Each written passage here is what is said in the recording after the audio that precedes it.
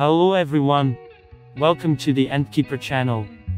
Today there will be an issue about my new ants Camponotus cruentatus. This species is in my collection for the first time. I hope that everything will work out and I will have a strong colony, since this species is very interesting and desirable for me. And why so, I will tell you further.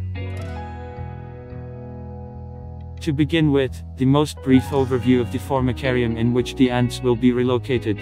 Dimensions: length 10 cm, width 5 cm. The height of the chambers in the plaster and empty compartments is 12 mm and 18 mm respectively.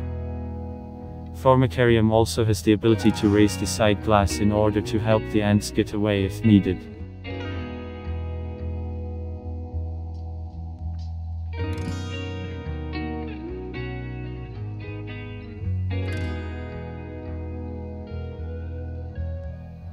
Now let's make a brief overview of the species, so that you have at least a little idea about it. They are rather large Camponotus. The queens are about 14-16 mm, and the workers and soldiers are from 6-14 mm. This species needs hibernation for about 2-3 months at 15 degrees. They do not differ from the rest in feeding, but they are considered incredibly aggressive. They appeared to me quite recently. The uterus then had one cocoon and a packet of eggs, which she successfully ate due to the stress received during the move. Since I agreed with a friend that I would return the aerated block nest after the resettlement, it was decided to wait until the uterus opens the cocoon, so as not to lose it.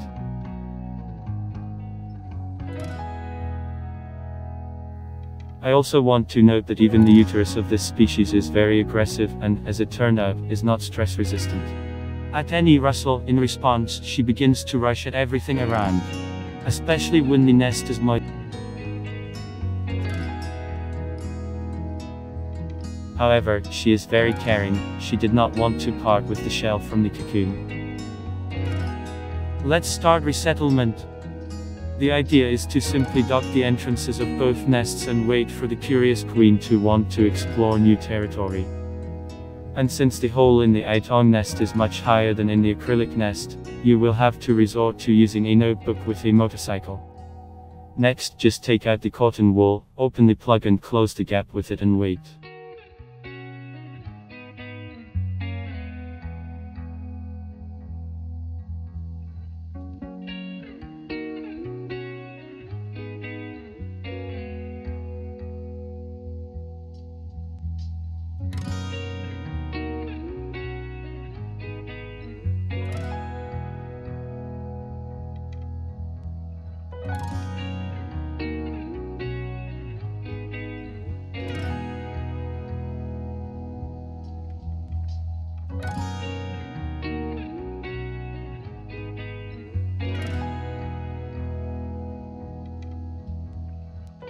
Something like this happened to dock both nests. I also want to tell you a little about a worker who was unlucky. Apparently the queen did not completely remove the entire film from him, and he himself could not cleanse himself. At the transition from the abdomen to the thorax, Pheidole, this very film is visible.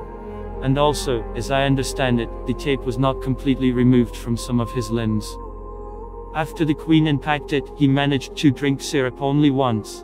And ahead of events, I will say that in the end he did not survive. I decided to move it to a new nest with a brush just in case, in the hope that it will recover, but it was unsuccessful.